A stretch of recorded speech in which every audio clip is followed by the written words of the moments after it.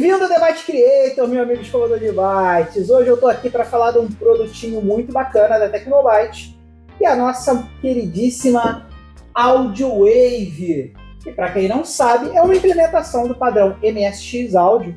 Muita gente também conhece aí como OPL1, para o nosso queridíssimo MSX. E hoje nós vamos mostrar esse produto, explicar para vocês o que é o MSX Audio e também dar uma brincada com ela aqui para gerar musiquinhas como essa que você está ouvindo agora.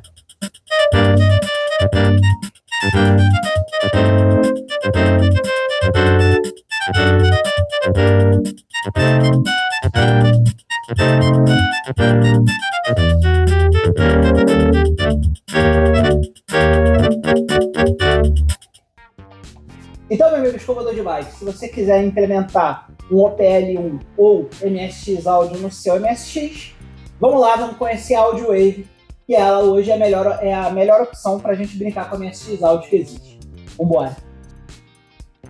Então, meu amigo escovador de bytes, quando você comprar a sua AudioWave, ela vai vir nessa caixinha muito bonitinha aí que vocês estão vendo agora, com a descrição aqui de todos os padrões, MSX, MSX2, 2 Plus, Turbo R, além, obviamente, aqui embaixo da descrição de todas as especificações da placa, tudo que tem na placa. Para você saber, eu vou falar sobre essas especificações já quando a gente for comentar sobre elas. A AudioWave ela vem com essa abinha que você puxa para abrir a caixinha. E aqui um detalhe importante, a AudioWave ela tem um conector para teclados lá em cima. Então é importante, quando você for tirar a AudioWave da caixinha, você tirar ela da parte de baixo para cima, para você não quebrar a caixinha, porque logo você vai ver que ela tem um conector ali para alguns teclados. E quando eu digo teclado de música, tá? Então alguns teclados MSX padrão da época entram aqui nesse lugar. E, obviamente, alguns outros teclados compatíveis também. Eu vou passar essa lista de teclados para vocês. Ela também tem aqui uma entrada para você fazer captura de samples, como você fazia no Amiga e outros computadores que conseguiam fazer captura de áudio. E também a saída de áudio, que é para onde sai todo o som da AudioWave. O som APL1 vai sair aí pelo audio out que tem ali. A caixinha é de muito boa qualidade. Plástico moldado de excelente qualidade. A caixinha é bem dura, bem resistente. E antigamente as placas do padrão MSX Audio eram muito grandes e a nossa queridíssima Tecnobyte conseguiu reduzir o tamanho do cartucho para o tamanho padrão MSX. Então você vai conseguir colocar isso aí em qualquer computador MSX, porque esse é o formato de cartucho mais padrão e mais aceito por todos os computadores MSX. Então a qualidade geral do cartucho é muito boa, e nessa parte da qualidade, da construção, de tudo, está aprovadíssimo a nossa queridíssima AudioWave. Então, meu amigo escovador de bytes, vamos começar agora a entender um pouco esse padrão MSX Audio, o que isso significa, tá?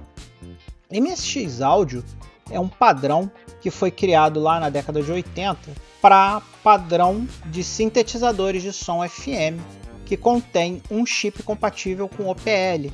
Por isso que muita gente chama de OPL1, porque esse cara aqui é a especificação do OPL1 criado pela Yamaha. Então, normalmente, os nossos cartuchos MSX Audio, eles vêm com um gerador de áudio, que é esse Sound Generator aqui, que é esse FM Sound Generator aqui, que é compatível com o chip IM3526, que é o tal do chip APL1, que eu já expliquei para vocês.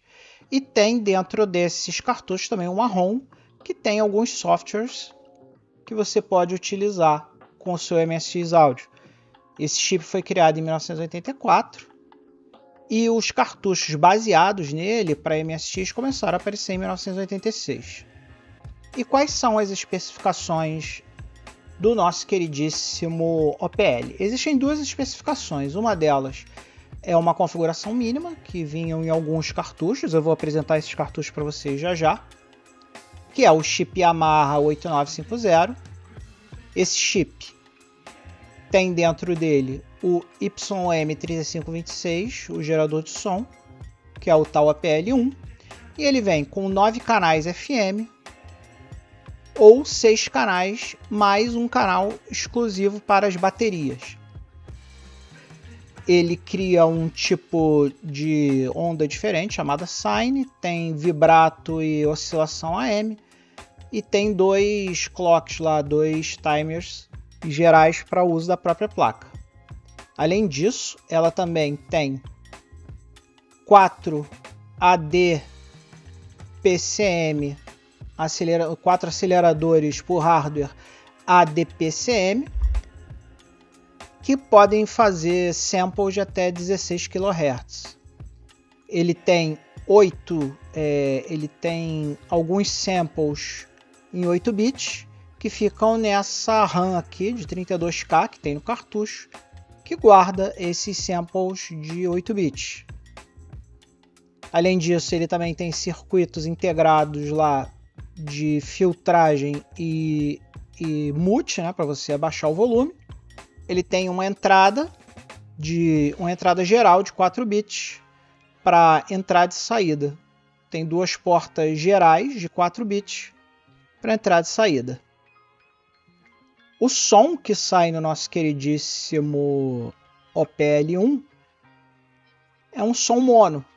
Então, o DAC dele é o Yamaha YM3014 e ele tem um RCA com um conector RCA para saída de som mono e também uma entrada de som mono que serve de entrada de microfone ou qualquer coisa externa que você queira plugar nesse conector. Ele tem uma ROM de 128K que tem as extensões do Basic. Sim, você pode criar programas Basic usando o nosso queridíssimo OPL1, porque essa ROM ela coloca novos comandos lá no nosso Basic. Tem a BIOS, o firmware e os samples AD-PCM também dentro dessa ROM.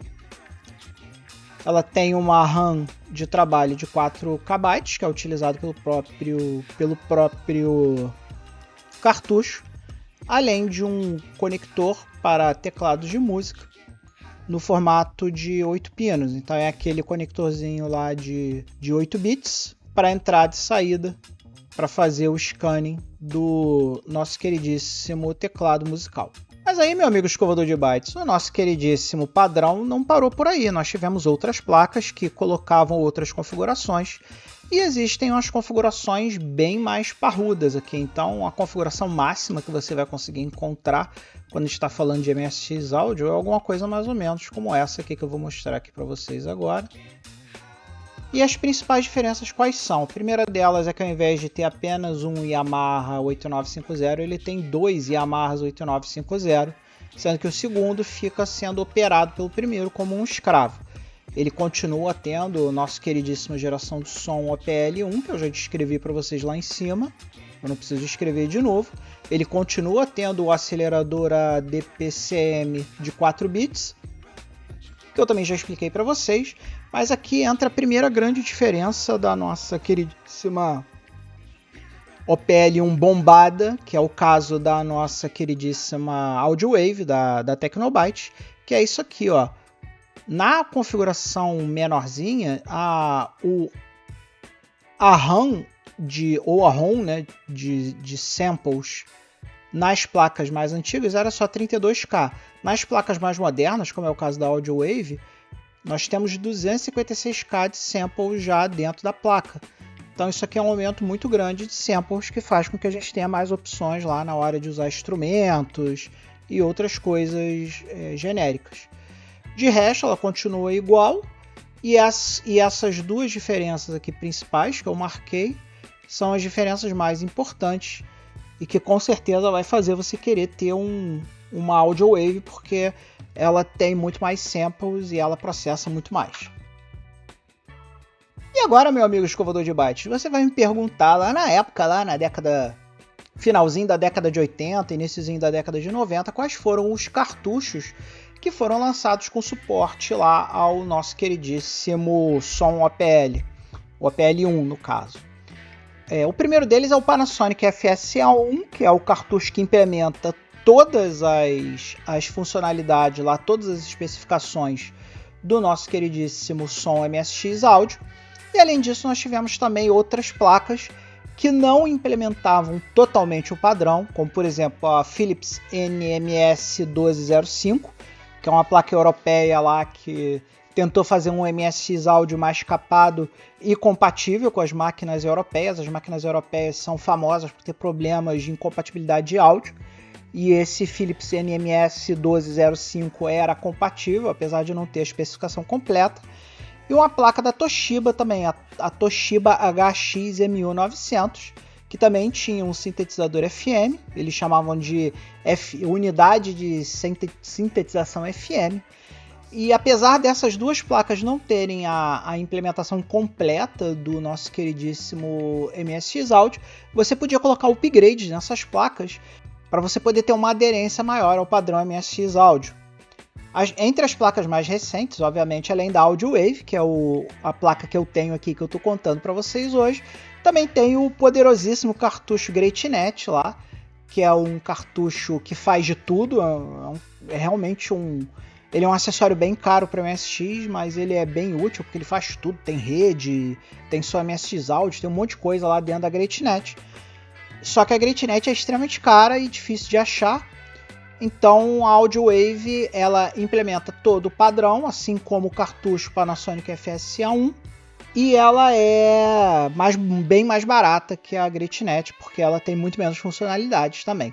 Então vou mostrar um pouquinho aqui esses cartuchos. Então aqui, pessoal, no MSX Resource Center tem as fotos do nosso queridíssimo Panasonic FSCA1. Não se preocupem, porque como sempre todos os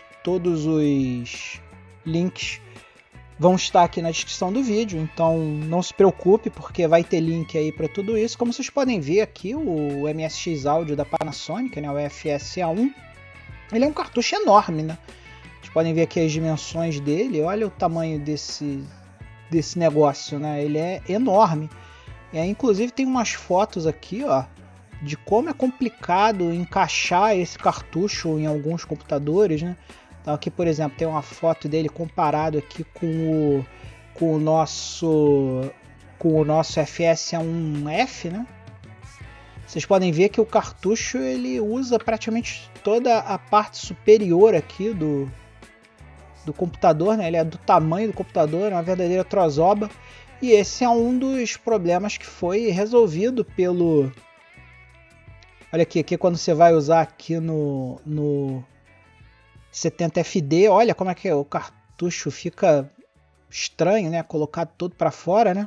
E esse é um dos problemas que a Tecnobyte resolveu com o Audio Wave. O Audio Wave, por ser um tamanho de cartucho padrão, ele é muito mais fácil de você encaixar em qualquer MSX que você tenha aí. Aqui nós temos a foto do Toshiba HX-MU900, que ele é um pouquinho menor. Vocês podem ver que ele é um pouquinho menor que o da Panasonic, mas ele também não coloca tudo do padrão. Ele também é um cartucho capado, tem menos funcionalidades que os cartuchos da Audio Wave e até mesmo o cartucho que eu apresentei antes da Panasonic. Ele tem algumas coisas que não funcionam, inclusive tem umas incompatibilidades aqui com o Philips NMS 8280, né, que é uma daquelas máquinas europeias que também tem problemas de áudio, né? Normalmente tem problemas de áudio. Então esses eram os cartuchos que a gente tinha na época. E a Audio Wave, graças a Deus, é muito melhor que esses cartuchos antigos. E por ser um hardware novo, também está muito mais sujeito à durabilidade, né? Vai durar muito mais que se você comprar um cartucho lá dos anos 80 e que tem a tendência muito grande de dar problema. E aí, meu amigo escovador de bytes, está gostando do vídeo da nossa Audio Wave? Então, se você está gostando do vídeo, não se esqueça que aqui embaixo tem o botão Valeu, onde você pode contribuir com qualquer quantia para o canal. Contribui quem quer, o quanto quiser. Nós não temos patrocinadores no canal, então nós dependemos exclusivamente das contribuições de vocês, meus amigos escovadores de bytes, para que o canal fique maior, melhor e mais profissional. Se você quiser se tornar um doador recorrente do canal, você pode entrar no nosso queridíssimo programa de patrocínio no Patreon, patreon.com/debatecreator, e lá assinar a nossa categoria de $1. Quem for assinante do Patreon vai ter direito a todos os vídeos com acesso antecipado no canal. Os verdadeiros escovadores de bytes assistem os vídeos primeiro. Além, é claro, os nossos Thank You Discs na faixa, que os nossos assinantes recebem aí de tempos em tempos um Thank You Disc. E quem for assinante do canal recebe ele na faixa. Quem não for assinante do canal pode comprar eles individualmente lá no Patreon. Você também pode se tornar um verdadeiro escovador de bytes, ou seja, um doador do canal, apertando aqui embaixo no botão Seja Membro. E você vai ganhar todos os mesmos benefícios que os nossos amiguinhos escovadores de bytes lá do Patreon também ganham. Você também vai ter acesso antecipado aos vídeos do canal. Se você quiser receber os thank you discs, basta me pedir, entrando em contato comigo no thebytecreator@gmail.com e lá a gente conversa e eu mando os discos para vocês. Então, galera, chega de teoria sobre MSX Audio, Audio Wave, e vamos ver essa coisinha aqui na prática, porque eu tenho certeza que você quer ver ela na prática e quer ver que tipo de som você consegue tirar dela. Então vamos lá, galera, vamos voltar para o vídeo. Então, meu amigo escovador de bytes, chega de teoria e vamos para a prática. Para ficar mais fácil para vocês entenderem, eu desabilitei aqui o meu queridíssimo expansor de slots para vocês poderem ouvir só o som da Audio Wave, para vocês conhecerem bem o som da Audio Wave separado de todos os meus outros cartuchos de som. E uma coisa legal da Audio Wave, vocês podem ver aqui, ó, que ela está desconectada aqui no in, não tem nada nem no in nem no out. Mas o som da nossa queridíssima Audio Wave, ela é mixada juntamente com o som do nosso computador. Então eu liguei aqui a saída de áudio do meu Turbo R lá na saída da nossa caixa de som diretamente, e mesmo sem nenhum cabo da Audio Wave, vocês vão ver que quando eu der o boot aqui na nossa queridíssima Audio Wave, a gente vai ser levado para o Basic. Então, meu amigo escovador de bytes, aqui no nosso queridíssimo Turbo R, a única coisa que nós temos plugada nele é a nossa queridíssima Audio Wave da Tecnobyte, que está aqui no Basic. Nós estamos no Basic, como vocês podem ver, não tem nada, não tem disco, não tem nenhum tipo de SD Mapper, nem nenhum tipo de conexão, é apenas a Audio Wave. Só que a Audio Wave ela possui softwares dentro da ROM. Como eu expliquei para vocês lá nas especificações técnicas, existem alguns softwares gravados em ROM dentro do cartucho da própria Audio Wave. E a maneira como nós acessamos esse software, e também a maneira mais simples de você testar a sua Audio Wave, é com esse comando simples aqui, call synth. Quando nós damos call synth, ele vai procurar esse software que está gravado na ROM e vai executar.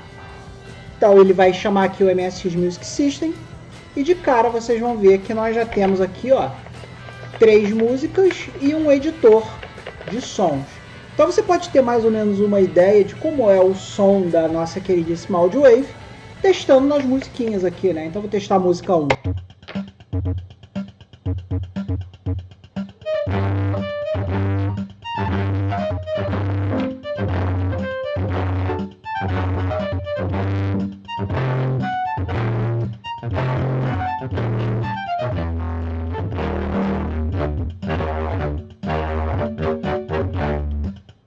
Bem legal, né, galera? E aí ele também tem uma segunda musiquinha aqui, que você pode selecionar com as setinhas e apertar o espaço para escolher.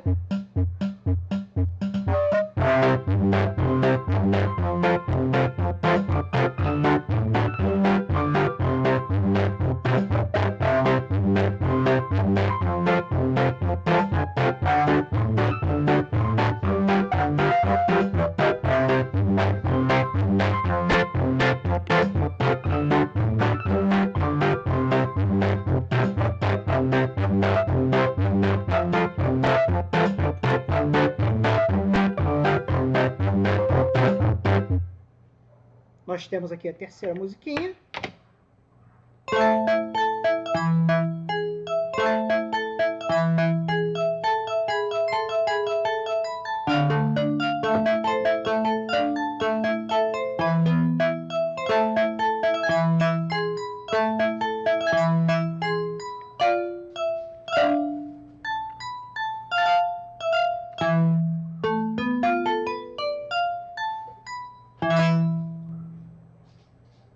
E aí, como vocês podem ver, além das 3 musiquinhas, nós também temos aqui, nós podemos tocar usando o teclado do nosso MSX. A gente pode tocar as músicas